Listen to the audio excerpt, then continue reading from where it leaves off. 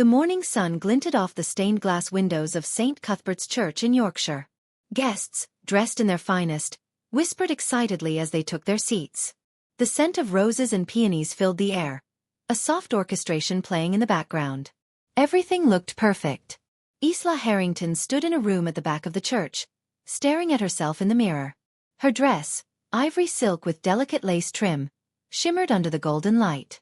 She adjusted the pendant around her neck, a gift from her late brother, Andrew.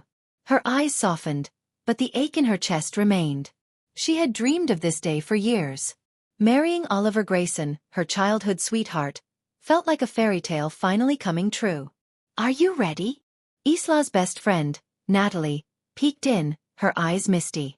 Isla smiled nervously. "As I'll ever be." Outside, Oliver stood at the altar. He looked dashing in his formal military uniform, his dark hair neatly combed, his jaw tight. But Edward, his fellow officer and groomsman, noticed something. Oliver's hands were trembling. "You all right, mate?" Edward leaned in, quietly. Oliver nodded but didn't speak. His eyes searched the entrance, and when Isla appeared, walking down the aisle with her uncle, he looked like he'd stopped breathing. The music faded as Isla reached the altar. The vicar gave a warm smile and began the ceremony. It all seemed typical, until the vows. When it was Oliver's turn, he took Isla's hands and exhaled shakily. "Isla," he began, his voice thick, "I vow to love you, to honor you, and to atone for the greatest mistake I've ever made." The church fell silent. Isla blinked, confused. Some guests shifted in their seats. The vicar hesitated. Oliver continued. "This day, I choose not only to be your husband, but to tell you the truth about Andrew." Isla's hand trembled. Her brother. The one who died in a classified mission. She had never known what truly happened. "What are you doing?" she whispered. Oliver's eyes were pained. "It wasn't an accident. I was there. And I failed him." Gasps rippled through the congregation. Isla felt the floor tilt beneath her feet. Everything blurred, the flowers, the music, the faces around her. And then, a voice from the back of the church rang out. "Tell her the whole truth, Oliver. Or I will." Everyone turned. Edward stepped forward, eyes locked on Oliver, jaw clenched. The weight of a secret long buried now hung over the altar. The silence in the church had turned cold. The guests, once cheerful and animated, now sat stiff, their eyes darting between Oliver, Isla, and Edward. The air was no longer filled with the fragrance of roses, but with tension sharp enough to cut. Isla stepped back, her heels clicking on the marble floor. Her voice shook. "What are you saying, Edward?" Edward walked steadily down the aisle, his voice low but firm. "I begged him to tell you before today. But he waited. He thought you'd still marry him if he gave you the truth in a pretty package." Oliver's face flushed. "That's not what this is. You lied to her," Edward snapped. "For 3 years. You let her believe Andrew died a hero in a clean mission. But that's not the story, is it?" Isla turned to Oliver, her face pale. "Tell me. Now." The vicar, clearly overwhelmed, stepped aside. "Perhaps we should speak in private." "No," Isla said louder than she expected. "I'm not leaving this altar until I know." Oliver looked at the floor, then back at Isla. His voice cracked as he spoke. "The mission. It wasn't sanctioned. It was a trap." Edward's jaw clenched. "We were told it was a rescue op. A local informant captured. Intel said minimal resistance. But it was a setup," Oliver continued. "We walked into an ambush. No backup. No way out. And Andrew, your brother." Isla felt her knees weaken. Natalie, now standing by her side, reached out to steady her, but she barely noticed. Her ears rang. Her brother had always been careful, always methodical. To imagine him in a chaos like that. "He was the only one who didn't panic," Oliver said. "He saved 3 men. Including me. And then." Isla's voice was hoarse. Oliver took a breath. "He was hit. We couldn't pull him out. I tried. God knows I tried." There was silence. Raw and heavy.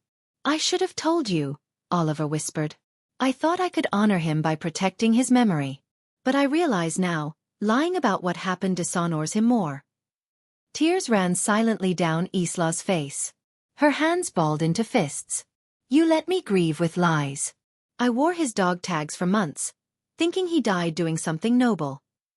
He did, Edward interrupted. But not because of the mission. Because of who he was. A few guests had quietly begun to leave the church. Others remained seated, stunned into stillness. Isla wiped her tears, breathing unevenly. Why now, Oliver? Why today? Oliver's reply was barely audible. Because last night, I received something.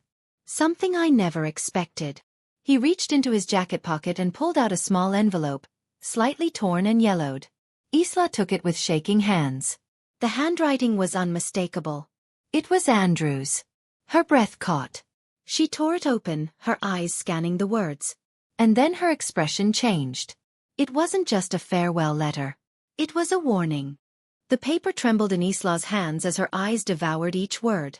Andrew's handwriting was jagged, rushed, so unlike the neat, calculated lines he used in birthday cards and shopping lists.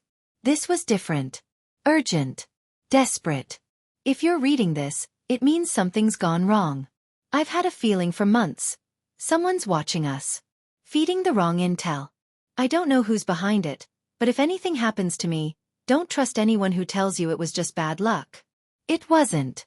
Look at the files in my red box. Tell Edward. And Isla, whatever happens, protect yourself. Isla's hand flew to her mouth. There was more. You always saw the best in people, little sis. But not everyone deserves that kindness.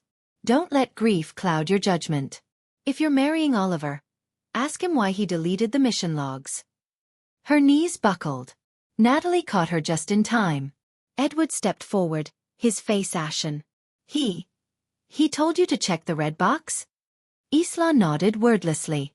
That box was cleared out when we packed his things. The military said it was empty.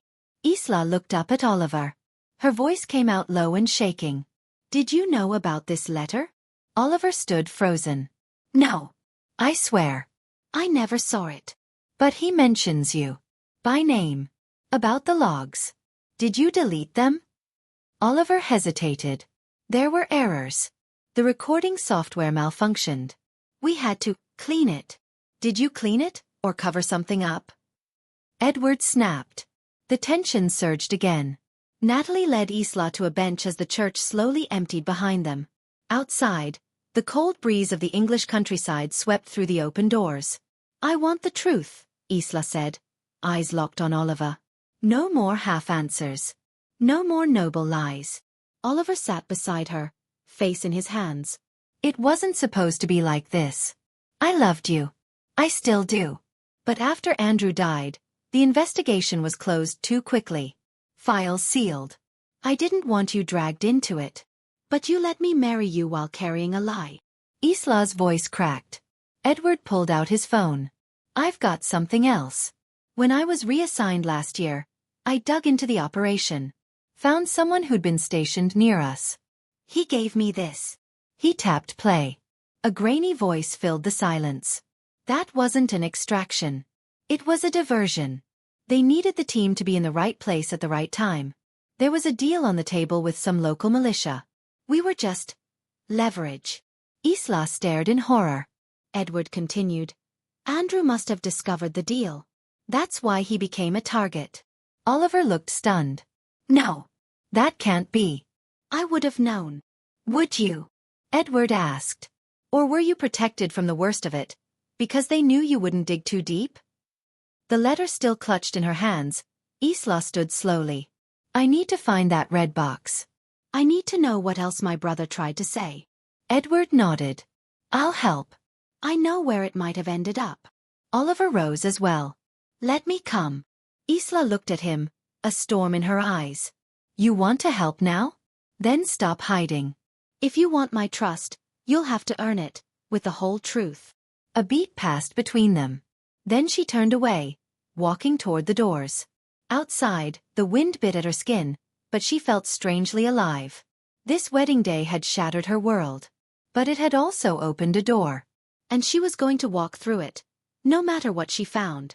2 days after the wedding that wasn't, Isla stood on the threshold of Andrew's old flat in Portsmouth. The key had been untouched in her drawer for over a year. As she turned it in the lock, the door creaked open like a memory sighing back to life. Dust clung to the corners. A faint scent of Andrew's aftershave lingered in the air, cedarwood and sea salt. Natalie followed close behind, carrying a folder of maps and lists from Edward. Oliver had not been invited. Not yet. You sure about this? Natalie asked gently. Isla nodded. I need to see it for myself. I need to know what he left behind. They moved through the flat carefully, as if waking ghosts. Andrew's photos still hung on the wall. Snapshots of their childhood in Brighton, grainy images of him in uniform, a few with Oliver, before the smiles began to look staged. The red box wasn't in plain sight. But Isla remembered something. She dropped to her knees beside the bookshelf and reached behind the lower cabinet. Her fingers grazed metal. With a breath, she pulled it free. The red box. She flipped it open. Inside, a stack of USB drives, old ID cards, and a folded piece of paper labeled, "For Isla.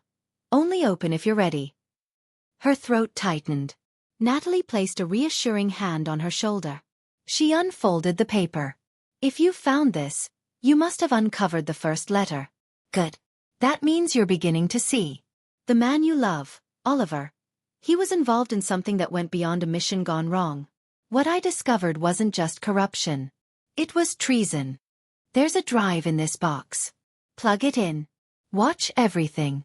Listen carefully to the voice logs. And when you're ready, go to the address listed on the final file. There's someone there who can tell you more. But be careful. They won't trust easily. Especially not someone with ties to Oliver. Isla held the USB like it might burn her. Do you think he knew I'd come here someday? Natalie nodded. Andrew always thought 3 steps ahead. They returned to Natalie's place, away from prying eyes, and connected the drive to her laptop. A folder flickered open, labeled Thistle. Inside, videos, documents, surveillance logs. Dozens. They opened the first recording. A grainy video showed Oliver and another officer speaking quietly in what looked like a jungle clearing. Oliver's voice. The shipment is secure. They'll move it by midnight. Other voice. And the payment? Oliver. Handled. Just make sure the buyer keeps their mouth shut. Isla's chest constricted. Natalie leaned in. That doesn't sound like field work. That sounds like trafficking. Clip after clip showed more of the same. Secret exchanges. Hidden codes. Shadowy deals. This wasn't a misunderstanding. Oliver had lied. Not just about the mission, but about the kind of man he was. Do we take this to the authorities? Isla whispered. Not yet, Natalie replied. Not until we go to that address. Not until we know who else is involved. If Andrew was right, this goes far beyond Oliver. The final document on the drive was a set of coordinates, leading to an abandoned airbase outside Norwich. And scribbled in Andrew's unmistakable scrawl. This is where it began. And where it must end. Isla closed the laptop with a trembling breath. She wasn't just chasing the truth anymore. She was hunting it down. And she wasn't stopping until every lie burned. The road to Norwich was empty, like the world was holding its breath. Isla and Natalie drove in silence, the map spread across Isla's lap. The coordinates led them through the outskirts, past derelict farmhouses and fields choked by weeds, until finally, an iron gate, rusted and half-collapsed, marked the edge of an abandoned RAF airfield. This is the place, Isla said softly. A sign swung on broken hinges. Royal Air Force Baber. Decommissioned 1984. They squeezed through the gate, boots crunching over broken tarmac. The wind moaned through gutted hangars and towers, carrying the ghosts of drills long past. Somewhere here Andrew had stood. Somewhere, he had uncovered what cost him his life. Natalie paused, scanning a row of storage buildings. There. A single door, newer than the rest, stood locked with a padlock. Natalie pulled a small toolkit from her coat. A few tense clicks, and the lock snapped. Inside was darkness and dust. But it wasn't abandoned. A desk sat at the back, lit by a single battery lamp. A woman sat behind it. Middle-aged, sharp eyes, military posture. She didn't flinch when they entered. I wondered when someone would come, she said. You're Isla. Isla froze. How do you know? Andrew told me. I was his handler. Natalie stepped forward. Then you know what happened to him. The woman sighed. He was getting too close. He trusted the wrong people. One of them reported him. Likely Oliver. After that, it was only a matter of time. She gestured to a wall covered in pinned files and maps. He called it Operation Thistle. It wasn't just arms trafficking. It was a network, ex-military, officials, even businessmen. Selling government tech, trading secrets to foreign buyers. She pointed to a photo. Oliver, laughing, drink in hand, arm around a man Isla didn't recognize. That's Dominic Ashcroft. Civilian logistics officer. Helped launder the money. Disappeared 6 months ago. Natalie's face tightened. We saw documents linking him to Isla's father's company. The woman nodded grimly. Ashcroft was a bridge. He filtered the funds through legitimate business. Your father's firm was likely used without his full knowledge. Why would Oliver do this? Isla whispered. Power, the woman said. And control. He charmed his way into high circles. You were part of that plan, Isla. Marrying you would have given him access to boardrooms your father kept sealed. Isla felt sick. Every word confirmed what she feared, and more. The handler continued. Andrew's final move was to extract one last recording. A confession. But before he could upload it to our servers, he vanished. I think Oliver intercepted him. Then we find that recording, Isla said firmly. The woman handed them a slip of paper. Andrew kept a backup. Hidden in the ruins of the officers' mess hall. You'll find a box buried beneath the east chimney. But be quick. You're not the only ones who know it exists. As they turned to leave, the woman grabbed Isla's wrist. One more thing. If Oliver suspects you're close, he'll act. Don't underestimate how far he's willing to go. They hurried through the airfield, wind biting at their coats. The mess hall was crumbling, half swallowed by ivy. Isla pried at loose bricks by the east chimney, fingers scraped raw, until they found it, a black case, sealed tight. Natalie popped the latches. Inside, a flash drive. And a letter. If you're reading this, I hope it's Isla. I hope you're still fighting. This drive contains everything. If something happens to me, finish what I couldn't. And Isla, don't let him win. A snap of twigs made them freeze. From the far end of the ruin, shadows moved. Men. Isla grabbed the box. Run. They bolted into the undergrowth, boots sliding on wet leaves, hearts pounding. Behind them, the shouts grew louder. They didn't look back. They didn't have time. The London townhouse was silent when they returned. Natalie locked the door behind them, double-checking every latch. Isla collapsed onto the settee, clutching the black box like a lifeline. Her dress from the almost wedding was long gone, replaced by dark jeans and a jumper borrowed from Natalie's closet, but the chill of that church still clung to her bones. Natalie inserted the flash drive into her encrypted laptop. The screen flickered, then bloomed with folders. Dates, names, recordings. The final file was labeled simply, Confession and MP4. Isla leaned closer as Andrew's face appeared. His voice was tired but steady. If this is found, then I'm gone. And Oliver's still walking free. He recounted everything. How Oliver had infiltrated a group of veterans working in private security, leveraging them into smuggling stolen equipment out of decommissioned bases.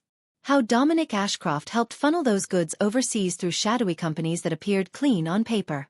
How Oliver's charm had fooled governments and brides alike. He plans to marry Isla. Not for love. For leverage. Her father's firm holds contracts that could turn this into an empire. Isla closed her eyes. Everything she had tried to deny was true. The file ended. Natalie backed it up instantly. We need to go public, she said. Leak it to every outlet. But we can't do it from here. Just then the buzzer rang. Both women froze. Natalie crept to the window and pulled the curtain back. Too late, she whispered. A sleek black car idled outside. 3 men in suits emerged. One raised a walkie-talkie. Isla's phone lit up. A message from an unknown number.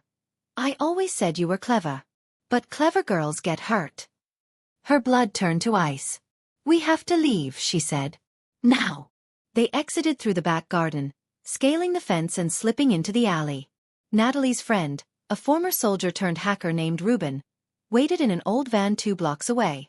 He drove without questions until they reached a warehouse in Shoreditch. Inside, wires, monitors, and aerial maps covered every surface. You've made quite the mess, Ruben grumbled. We need secure broadcast, Natalie said. And speed. They'll try to bury this. Ruben set to work. Within hours, the video was sent to trusted journalists, uploaded to secure clouds, and copied to dozens of drives. But Isla wasn't finished. We still need one thing.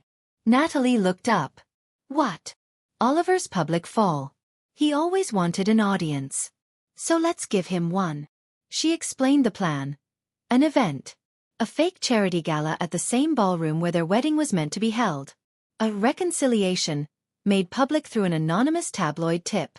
She knew Oliver's ego wouldn't resist. Ruben shook his head. It's mad. But it might work. 2 nights later, the Grand Marigold Hotel was lit up again. Isla descended the marble steps in a black satin gown, her expression unreadable. Cameras flashed as invited guests speculated wildly. A whisper spread that she had forgiven her fiancé. Oliver arrived, smug and grinning. You came back to me after all, he murmured. She smiled coldly. You never had me. The chandelier lights dimmed. A projector flickered on. Andrew's face appeared before the crowd.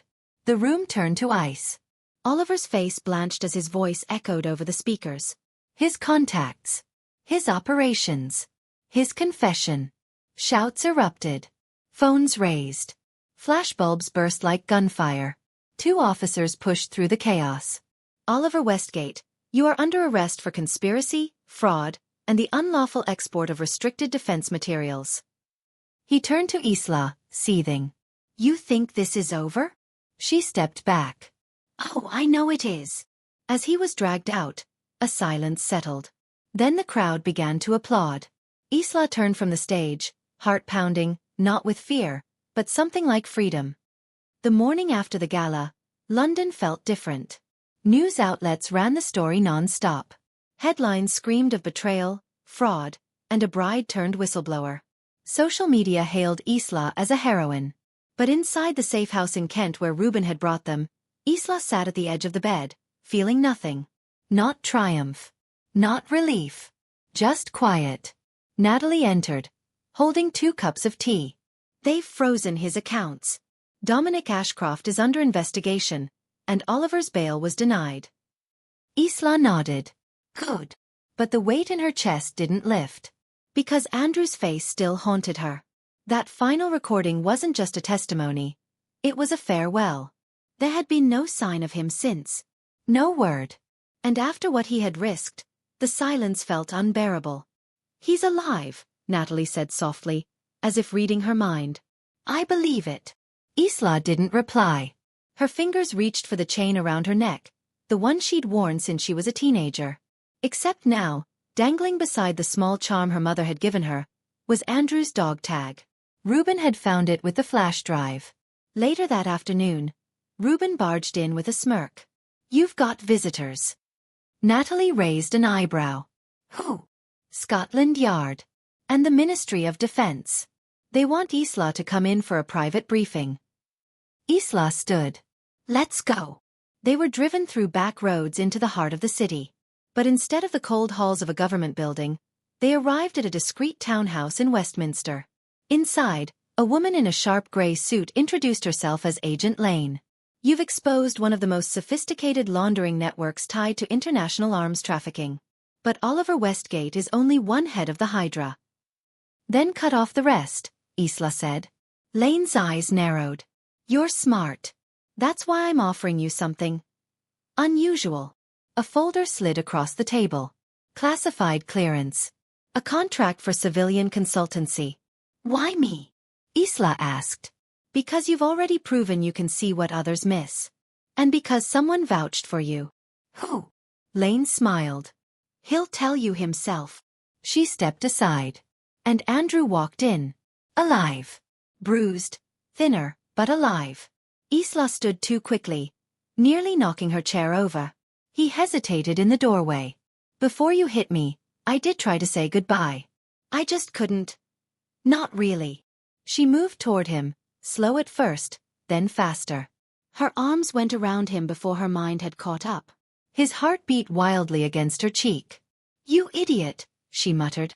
You nearly died. He chuckled. I always did like dramatic exits.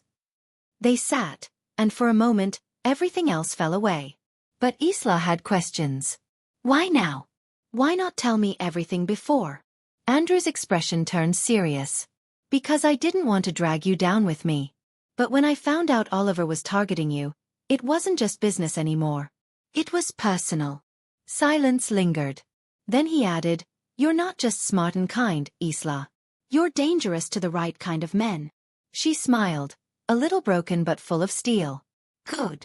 They returned to Kent together that night, where Natalie greeted Andrew with a scowl and a hard slap to the shoulder. That's for making us think you were dead. Ow. Fair. Isla watched them bicker, warmth spreading in her chest for the first time in weeks. Maybe this wasn't the end of the story. Maybe it was only the end of the beginning. Later, as she stood by the window, sipping tea, the stars stretched wide above her. Somewhere out there, justice was still unfinished. But now she had a voice. And a team. And perhaps, someone to share the weight of it all. It had been 6 months since Isla Morgan walked out of a wedding she never should have entered. In that time, she'd stood before Parliament as a civilian advisor, appeared on national television, and helped dismantle an international web of corruption. Yet none of those milestones made her as nervous as she felt now, standing on the cliffside chapel in Cornwall. The breeze was salty and fresh, the sun casting golden light over the waves below. At her side, Andrew adjusted his cufflinks awkwardly. Still time to run, he teased under his breath. She nudged him. Don't tempt me. But the truth was, they weren't running. Not anymore. The small ceremony was attended by only a handful of people. Reuben, Natalie, Agent Lane, and a few trusted friends. There were no grand decorations, no showy gowns. Just honesty. Just them. Andrew looked at her as if he had memorized her face in 1,000 lifetimes. And when it came time to speak, he didn't reach for a rehearsed vow. I've lied before. I've hidden, disappeared, run from who I am. But with you, Isla, there's nothing I want to hide. No part of me I want to protect from your light. You saw the worst of me, and didn't flinch. So here I am. Yours. The wind paused, as if holding its breath. Isla took a moment before she replied. I believed I knew what love was. What devotion looked like. But you showed me that real love isn't about perfection or ease. It's about standing in the fire together. About truth no matter how ugly. I choose that. I choose you. The officiant nodded, and with a simple exchange of rings, the past was sealed. And a future began. As they stepped outside, Natalie clutched Reuben's arm with an overly dramatic sigh. Well, I suppose there's hope for spies and scandalous brides after all. Reuben grinned. Only if the bride can still hack MI6. Isla laughed, turning to look out across the sea. The same sea that once seemed like an escape now looked like possibility. Andrew stood behind her, arms around her waist. Do you think it's over? She asked softly. He was quiet a moment. No. But maybe that's the point. Because there would always be more work. More threats. More layers of corruption to peel back. But now, they wouldn't face it alone. Later that evening, in a rented cottage tucked into the cliffs, Isla curled into the sofa, watching the fire crackle. A knock came at the door, and when she opened it, a young courier handed her a plain envelope. Inside was a note. Miss Morgan, your work has not gone unnoticed. If you're ready for more, burn this note by midnight. You'll know what to do. No name. No signature. She turned to Andrew, who raised a brow. Another secret organization? She held the note to the flame and watched the paper curl and vanish. No, she said, smiling. A new beginning. Outside, the sea roared. And somewhere in the world, the next story waited to begin.